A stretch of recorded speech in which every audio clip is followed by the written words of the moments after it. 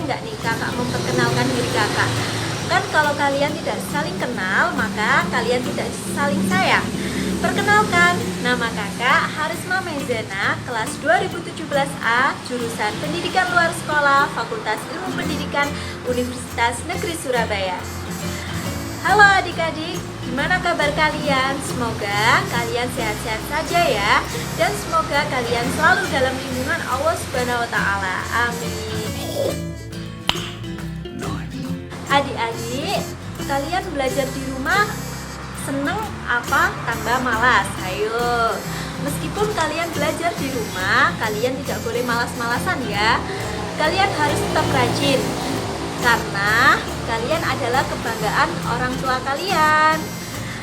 Kalian meskipun di rumah saja, kalian harus selalu menjaga kebersihan ya, dengan cara selalu rajin mencuci tangan dan selalu menggunakan masker bila kalian keluar rumah. Adik-adik, video pembelajaran kali ini yang kakak buat akan membantu kalian yang berada di kesetaraan kejar paket A tingkat 2 atau yang setara dengan kelas 5 SD untuk mengetahui atau memahami pelajaran tema 9 yang berjudul tentang zat campuran dan zat tunggal.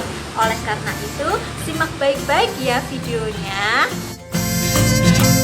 Adik-adik, apakah kalian sudah mengerti apa yang dimaksud dengan materi, apa yang dimaksud dengan zat tunggal, dan apa yang dimaksud dengan zat campuran? Jika adik-adik belum paham tentang ketiga hal tersebut, kakak akan berusaha menjelaskan kepada adik-adik semuanya agar adik-adik semuanya paham tentang ketiga hal tersebut.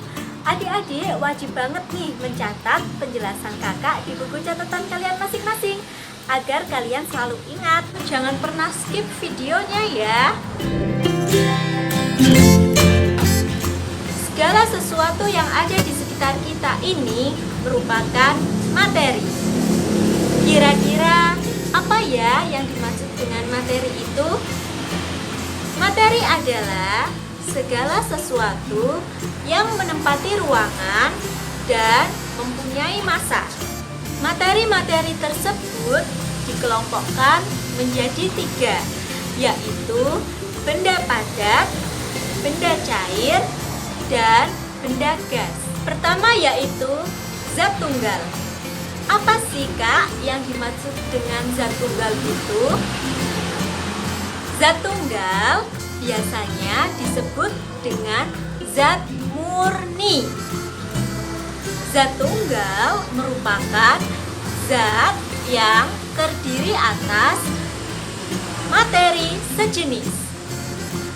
Contoh benda yang termasuk ke dalam zat tunggal yaitu air, garam, gula, dan emas. Yang kedua yaitu zat tunggal sebagai senyawa. Senyawa yaitu zat tunggal yang terbentuk dari beberapa unsur. Contohnya yaitu air. Air terbentuk dari oksigen dan hidrogen. Contoh lain dari zat tunggal sebagai senyawa dalam kehidupan sehari-hari kita adalah garam dapur dan gula pasir. Banyak sekali jenis materi yang ada di sekitar kita, seperti air, batu-batuan, kayu, besi, tanah, udara, dan emas.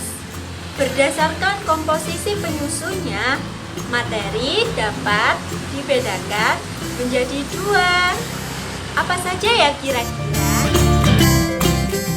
Ya, benar. Materi dibedakan menjadi 2, yaitu zat tunggal dan zat campuran. Mari kita bahas satu persatu.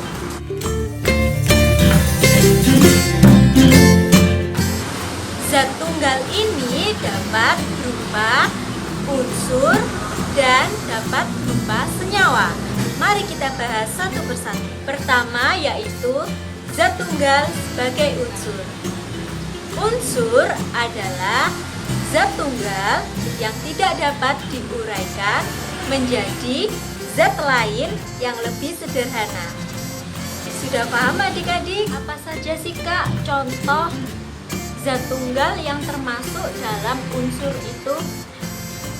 Baik adik-adik, zat tunggal yang termasuk dalam unsur itu contohnya besi, aluminium, karbon, oksigen, dan emas. Setelah kita membahas tentang pengertian zat tunggal, yang kedua kita akan membahas tentang zat campuran. Apa sih Kak yang dimaksud dengan zat campuran itu? Baik adik-adik, zat campuran adalah zat yang terdiri atas beberapa jenis materi atau zat tunggal. Zat campuran dapat dibedakan menjadi dua, yaitu campuran heterogen dan campuran homogen. Apa sih Kak bedanya campuran homogen dan campuran heterogen? Baik adik-adik, Kakak akan menjelaskan perbedaan antara zat campuran heterogen dan zat campuran homogen. Oleh karena itu adik-adik masih ya semangat dalam menyimak video pembelajaran Kakak ini. Campuran homogen merupakan campuran yang zat penyusunnya tercampur secara sempurna atau merata. Pada campuran homogen ini, zat penyusunnya tidak dapat dibedakan. Contoh dari campuran homogen dalam kehidupan sehari-hari yaitu air gula, air garam, sirup, dan susu. Kira-kira kenapa ya es sirup kok merupakan termasuk ke dalam campuran homogen? Jika kita membuat es sirup, kita akan membutuhkan air dan sirup. Perpaduan antara air dan sirup tercampur secara merata atau tercampur secara sempurna. Materi air dan sirup tidak memisah.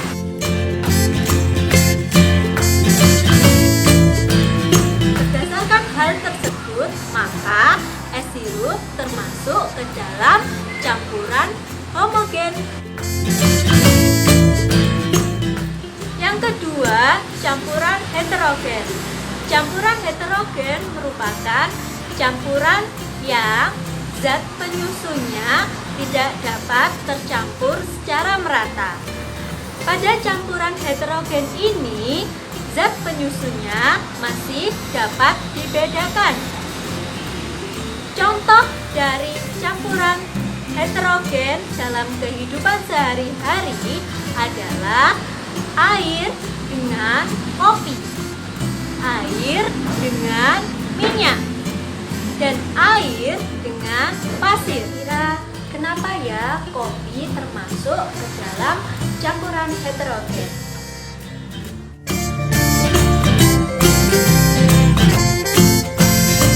Jika kita membuat segelas kopi, kita akan membutuhkan air, gula, dan bubuk kopi. Ketika kita sudah selesai mengaduk air, gula, dan bubuk kopi tersebut, amatilah pada dasar gelas. Pada dasar gelas akan tampak endapan kopi yang tidak tercampur secara sempurna dengan air dan gula.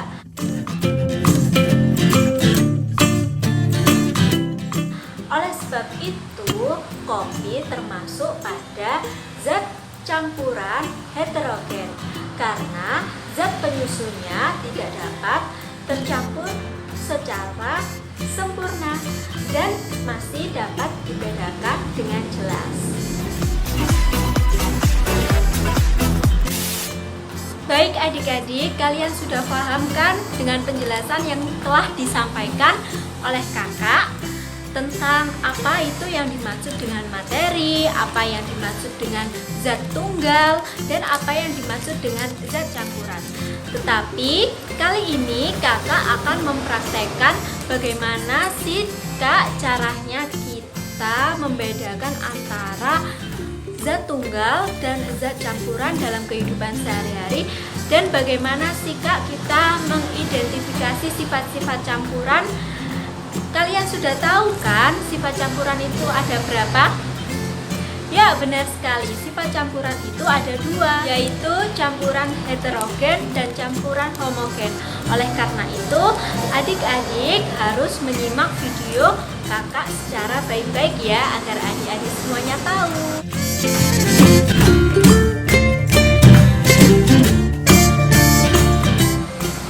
Baik adik-adik, kakak akan memulai praktikum bagaimana caranya kita membedakan yang termasuk dalam zat tunggal dan mana yang termasuk dalam zat campuran. Tetapi sebelum kakak mempraktekkan, kakak akan menyiapkan alat dan bahan yang dibutuhkan saat praktikum. Alat dan bahannya yaitu sendok, segelas air, garam, gula, dan kopi. Air termasuk dalam zat tunggal. Garam juga termasuk dalam zat tunggal. Gula juga termasuk dalam zat tunggal. Begitu pula dengan kopi. Kopi juga termasuk dalam zat tunggal. Mengapa kak keempat-empatnya ini termasuk dalam zat tunggal? Karena zat penyusunnya hanya satu, atau zat penyusunnya hanya sejenis. Air ya cuman air saja, tidak ada campuran antara zat penyusun lainnya. Sudah paham adik-adik? Selanjutnya kakak akan mencoba mencampurkan air dengan garam.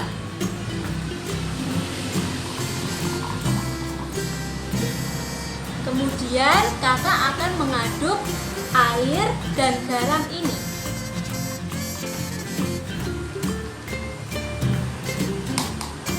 Air dan garam ini termasuk dalam zat campuran. Mengapa demikian? Karena zat penyusunnya ada dua jenis, yaitu air dengan garam. Kemudian kakak akan mencoba mencampurkan garam dengan air.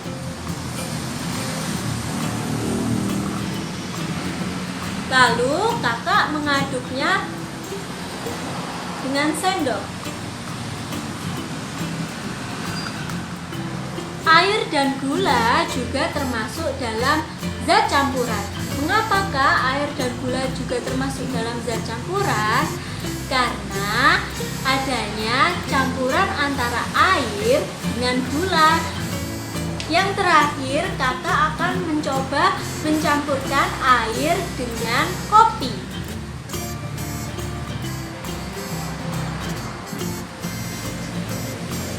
Lalu kakak akan mengaduk air dengan kopi tersebut.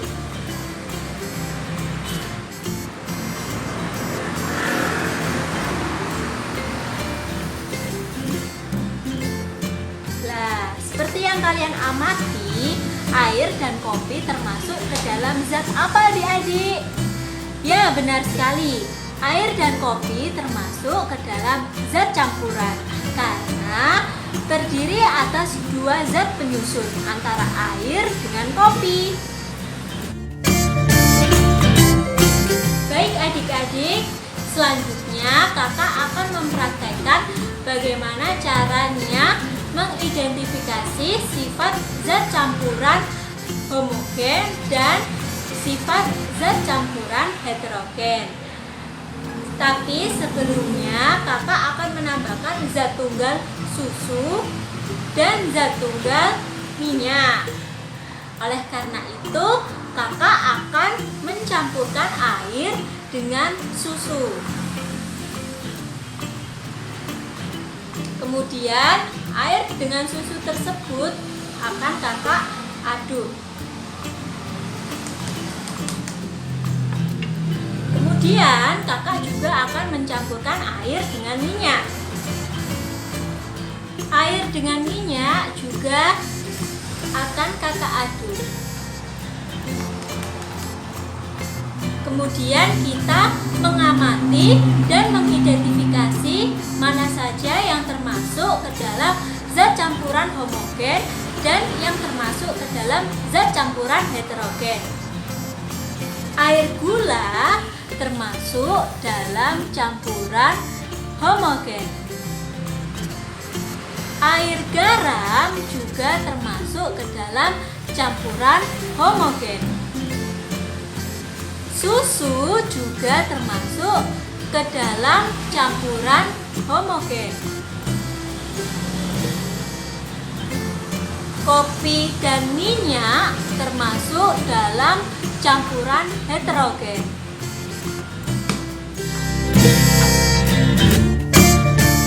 Mengapa Kak air gula, air garam, dan susu termasuk dalam campuran homogen? Karena zat penyusun antara air dan serbuk susu tampak tercampur dengan sempurna. Oleh karena itu, air dan susu termasuk ke dalam zat campuran homogen. Begitu juga dengan air gula dan air garam. Zat penyusunnya tercampur secara sempurna. Sedangkan mengapakah kopi dengan air dan minyak dikatakan campuran heterogen?